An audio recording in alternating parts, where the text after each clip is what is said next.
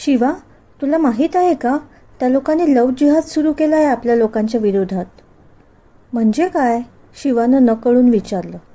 म्हणजे त्यांची पोरं आपल्या पोरींना प्रेमाच्या जाळ्यात ओढतात, त्यांना पळवतात आणि त्यांच्याशी लग्न लावतात, त्यांचा धर्म बदलतात. शिवाचा मित्र गण्या त्याला सांगत होता. पण आपल्या पोरी त्यांच्या जाळ्यात अडकतातच कशा? शिवाने नकळून विचारलं. त्याला उत्तर काही मिळालं नाही. मग त्यानेच विचारलं, बरं ठीक आहे, ते लोक चुकीची गोष्ट करत आहेत, पण मग आपल्याला काय करायला पाहिजे? माझ्याकडे एक आयडिया आहे, गण्या बोलला. काय? शिवानं घाईघाईत विचारले. आपण त्यांचा डाव त्यांच्यावरच उलटवायचा, गण्या बोलला. म्हणजे? शिवानं नकळून विचारले.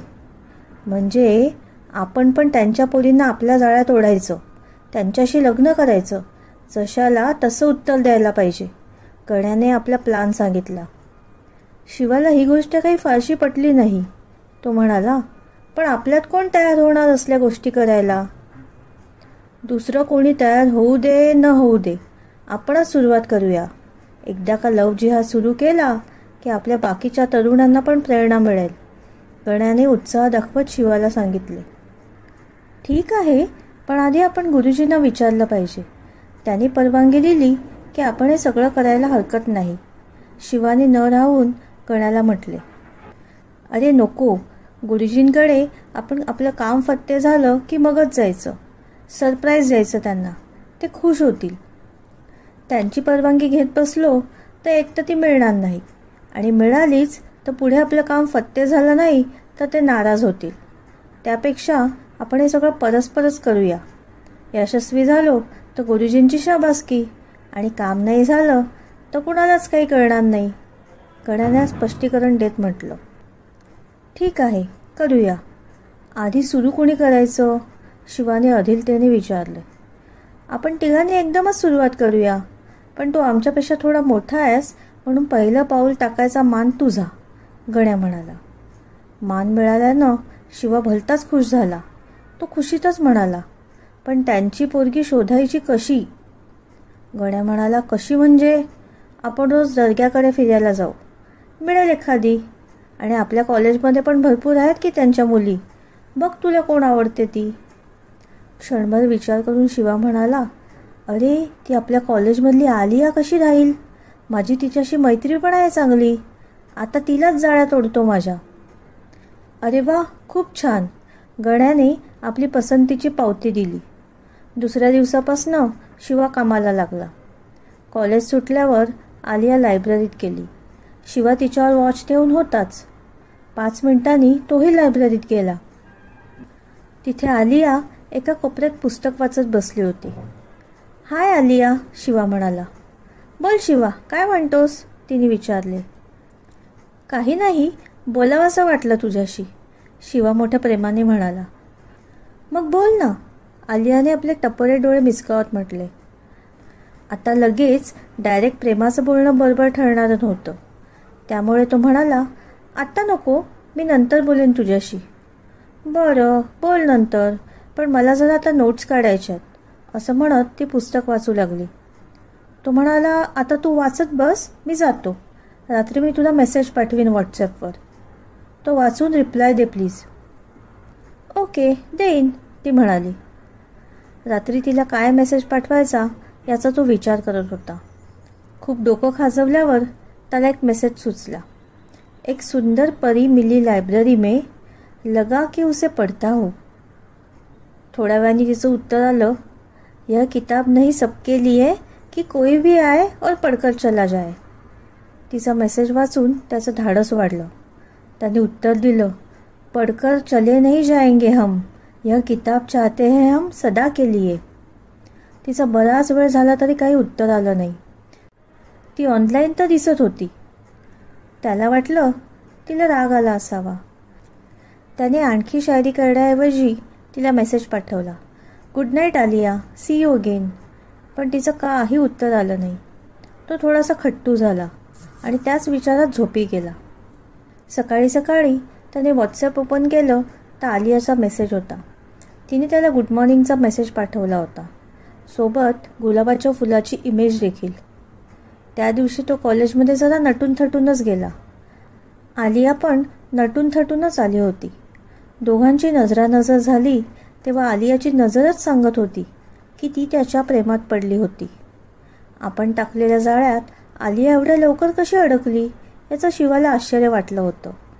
कदाचित आपण लॉ ऑफ अट्रॅक्शनची पुस्तकं वाचतो त्याचाच हा परिणाम असावा.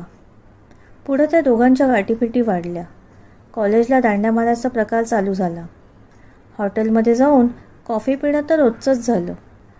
येणारा प्रत्येक नवीन सिनेमा दोघं अगदी मल्टिप्लेक्सला जाऊन बघू लागले. मग एके दिवशी त्यानं तिला विचारलं, आलिया, तू माझ्याशी लग्न करशील का? ती लाजली.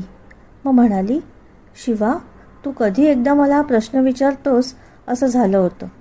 अजून 2 दिवस वाट बघून मीच तुला विचारणार होते. माझी तयारी आहे, पण शिवाच्या छातीत धस्स झालं. त्यानं घाबरतच विचारलं, पण काय? पण आपण दोघंही वेगवेगळ्या धर्माचे. माझे आईवडील परवानगी देतील का? आणि तुझे आईवडील मला स्वीकारतील का? समाज काय म्हणेल? तिने एकामागून एक शंका उपस्थित केल्या. त्याचा चेहरा पडला. मग तो विचार करत म्हणाला, समाज गेला खड्ड्यात. तू तुझ्या आईवडिलांना विचार, मी माझ्या आईवडिलांना विचारतो. परवानगी मिळाली तर ठीक आहे, नाहीतर काय? आलियाने घाबरून विचारले. नाहीतर मग जे इतर प्रेमी करतात तेच आपण करायचं, शिवा मोठ्या धाडसाने म्हणाला. म्हणजे पळून जाऊन लग्न करायचं? नको रे बाबा, आलिया म्हणाली.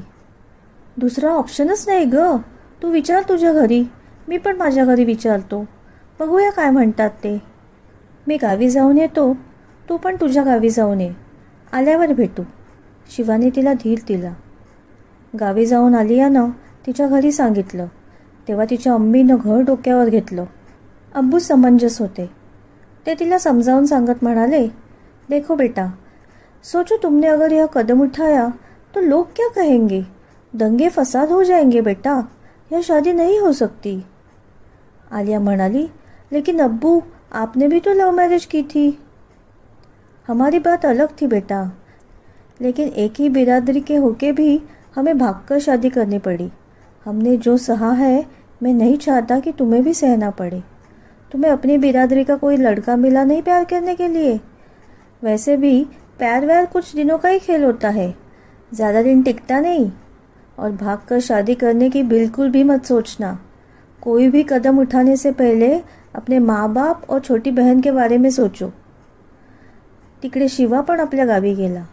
त्याने त्याच्या आईला सांगितलं तेव्हा ती डोक्याला हात लावून बसली. वडिलांना कळालं तेव्हा त्यांनी शिवाला लाथा बुक्क्याने हाणलं. त्याला दम दिला, परत असलं काय बोललास तर तुझी तंगडीच तोडून टाकेन. अनुभवी पालकांनी मुलांना समजावून किंवा दम देऊन कितीही सांगितलं तरी मुलं शेवटी त्यांना जे करायचं तेच करतात. शिवा आणि आलियानं शेवटी परस्पर लग्न केलंच. ते दोघंही पुण्यातच एका भाड्याच्या खोलीत राहू लागले. त्या दोघांनाही वाटलं होतं की थोडे दिवस त्रास होईल, पण नंतर सगळं सुरळीत होईल. दोघंही सज्ञान असल्याने कायदेशीर अडचणी येणार नाहीत किंवा पोलीस केसही होणार नाही. पण 4च दिवसात शिवाला कळालं की गावाकडे एक भयानक गोष्ट घडली आहे. त्याच्या गावात जात पंचायत भरली होती. पंचांनी त्याला, त्याच्या आईवडिलांना, भावाला आणि बहिणीला म्हणजे अख्ख्या कुटुंबालाच जातीबाहेर काढलं होतं. त्याच्या जातीच्या कुणीही त्या कुटुंबाशी कसलाही संबंध ठेवायचा नाही. कुणीही त्या घरातल्या कोणत्याही कार्यक्रमाला, अगदी मैतीला देखील जायचं नाही. त्यांना जातीतल्या कुठच्याही कसल्याही कार्यक्रमाला बोलवायचं नाही असं फरमान पंचांनी काढलं होतं. शिवाला या गोष्टीचा फारच राग आला. अशी जात पंचायत वगैरे भरेल असं त्याला त्याच्या स्वप्नातही वाटलं नव्हतं. त्याला स्वतःला जातीबाहेर काढल्याचं दुःख नव्हतं, पण आपल्या आईवडिलांचं, भावा बहिणीचं आयुष्य उद्ध्वस्त होईल याची त्याला जाणीव झाली. आता काहीतरी करणं गरजेचं होतं. त्याला लव जिहादला भरीस पाडणाऱ्या त्याच्या 2 मित्रांना फोन लावला, पण त्यांनी काही फोन उचलला नाही. नंतर त्यांचे फोन स्विच ऑफ झाले. शिवाला कळून चुकलं की ते आपला फोन उचलणार नाहीत, म्हणून तो सरळ त्यांच्या घरी गेला. ते दोघंही घरी नव्हते. म्हणजे ते घरी नाहीत असं त्यांच्या आईवडिलांकडनं शिवाला सांगण्यात आलं. तो समजून चुकला. आपल्याला लव जिहाद करायला सांगणारे ते दोघंही लुच्चे निघाले. नालायक साले, त्याच्या तोंडून शिवी निघाली. मग तो गुरुजींच्या घरी गेला. जे काही घडलं होतं ते त्याने गुरुजींना सविस्तर सांगितलं. गुरुजी म्हणाले, हे बघ, मी काही करू शकत नाही तुझ्यासाठी आणि आपली संघटनाही तुझ्यासाठी काहीही करू शकणार नाही. तू जो प्रकार करून ठेवला आहेस ते करायच्या आधी तू मला विचारलं होतंस का? नाही. आता तुझं तूच निस्तर. चल, मला आता एका बैठकीला जायचं आहे. परत माझ्याकडे यायची गरज नाही. असं म्हणत ते उठले. त्यांनी शिवाला पाणीही विचारलं नाही. शिवा आता भडकला. तो ओरडला, गुरुजी, आजपर्यंत मी तुम्हाला मान देत होतो, पण आता तुम्ही माझ्यासाठी ना गुरु आहात, ना गुरुजी आहात, ना वडीलधारे आहात. मी तुम्हा लोकांना असा धडा शिकवणार आहे की ज्याची तुम्ही कल्पनाही कधी केली नसेल. निघतो आता, पण लक्षात ठेवा, लवकरच तुम्हाला माझ्याकडे यावं लागेल. आता शिवानं झटपट काही निर्णय घेतले, आलियाला न विचारताच. शिवा गुरुजींच्या सानिध्यात बराच काळ राहिला होता. गुरुजींच्या संघटनेच्या वेगवेगळ्या कार्यक्रमाच्या पत्रकार परिषदेच्या वेळी तो हजर असायचा. गुरुजी अनेक वेळा त्याला प्रेस नोट डिटेक्ट करत, त्याला वेगवेगळ्या वर्तमानपत्रांच्या ऑफिसमध्ये प्रेस नोट्स द्यायला पाठवत. त्यामुळं मीडियाशी, पत्रकारांशी त्याचा चांगला संबंध आला होता. त्यांनी मीडियाचा उपयोग करून घेण्याचं ठरवलं. त्याच्याकडे पत्रकारांचे फोन नंबर होतेच. त्याने एकेकाला फोन लावायला सुरुवात केली. नमस्कार, मी शिवा पाटील बोलतोय. हां, बोला. तुम्हाला एक खास न्यूज द्यायची आहे, एकदम खळबळजनक, शिवाने पत्रकाराला म्हटले. मग द्या ना, कधी देताय? पत्रकाराने घाईघाईत विचारले. फोनवर नाही, पत्रकार परिषदेत. उद्या दुपारी 4 वाजता या पत्रकार भवनला. चुकवू नका.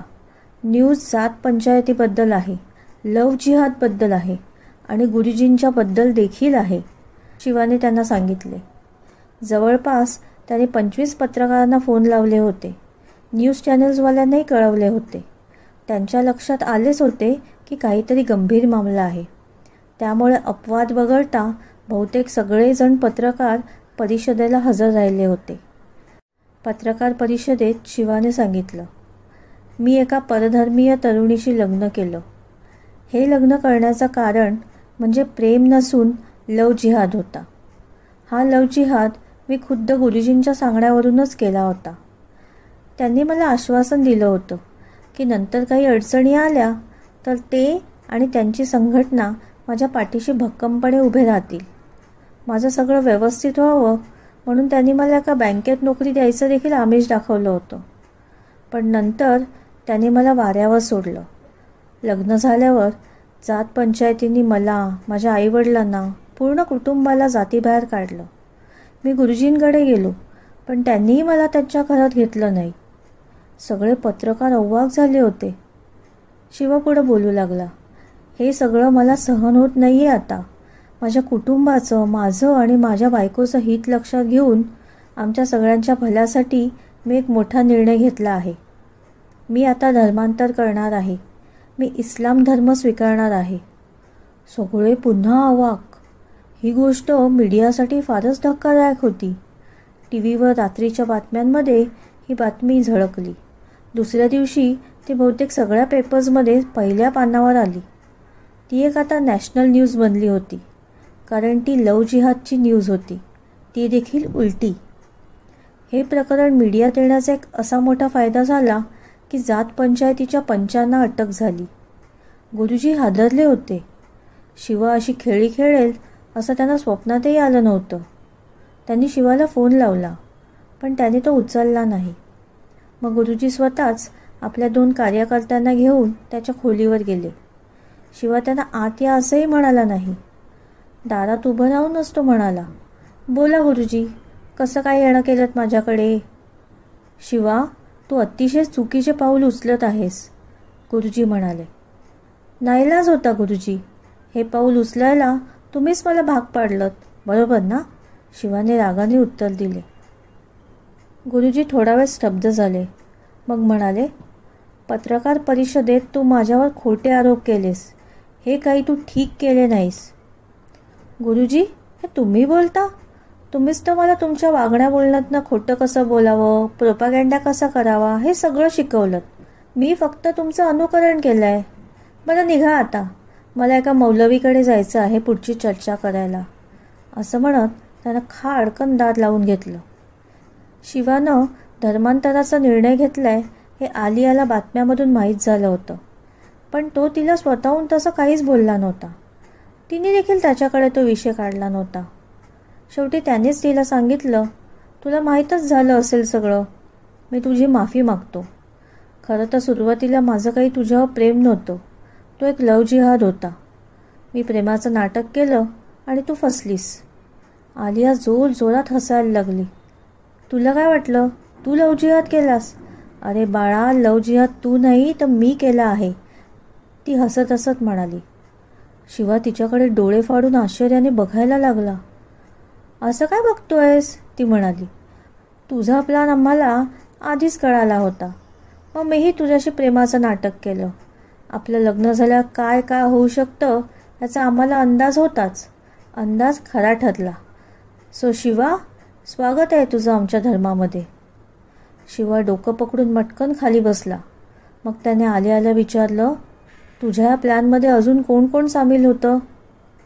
आपल्या वर्गातला साजिद. त्याने तुमचं सगळं बोलणं ऐकलं होतं. त्याने मला सगळं येऊन सांगितलं. संघटना काय तुमच्याच असतात का? आमच्याही असतातच ना. मी आणि साजिद आमच्या संघटनेच्या पदाधिकाऱ्यांना भेटलो. मग आम्ही सगळ्यांनी तुमचा डाव तुमच्यावरच उलटवायचा ठरवलं. हे बोलून आलिया अजून जोराजोरात हसायला लागली. पण तिच्या हसण्यात विजयाचे भाव नव्हते, तर प्रचंड उद्वेग होता. त्यानंतर आलिया रडायला लागली. नंतर शांत होऊन म्हणाली, हे सगळंच चुकीचं घडलं आहे. चूक माझी पण आणि तुझी पण. आपण दोघंही बुद्धी गहाण ठेवून दुसऱ्यांचं सांगणं ऐकून काहीतरी महान काम करतोय असं समजत काय करून बसलोय हे? आपला वापस झालाय रे. झालं एवढं बस झालं. इथून पुढे आपल्या घरात तुझाही धर्म नको आणि माझाही धर्म नको. मला माझ्या धर्मात, धर्माच्या नावावर चालणाऱ्या कलहात आता कसलाही रस राहिलेला नाही आहे. तुलाही आता तुझ्या धर्माचं प्रेम राहिलेलं नाही आहे. तू इस्लाम धर्म स्वीकारायची काहीही गरज नाही आहे. त्यापेक्षा आपण दोघंही इथून पुढे माणूस म्हणूनच जगूया ना. शिवाच्या डोळ्यात टचकन पाणी आलं. आलिया, किती समंजस आहेस ग तू, असं म्हणून त्याने तिला आपल्या मिठीत घेतलं. मित्रमैत्रिणींनो, तुम्हाला आजची कथा कशी वाटली? कथा आवडली असेल तर कथेला लाईक, शेअर, कमेंट आणि आपल्या चॅनलला सबस्क्राईब करायला विसरू नका. धन्यवाद.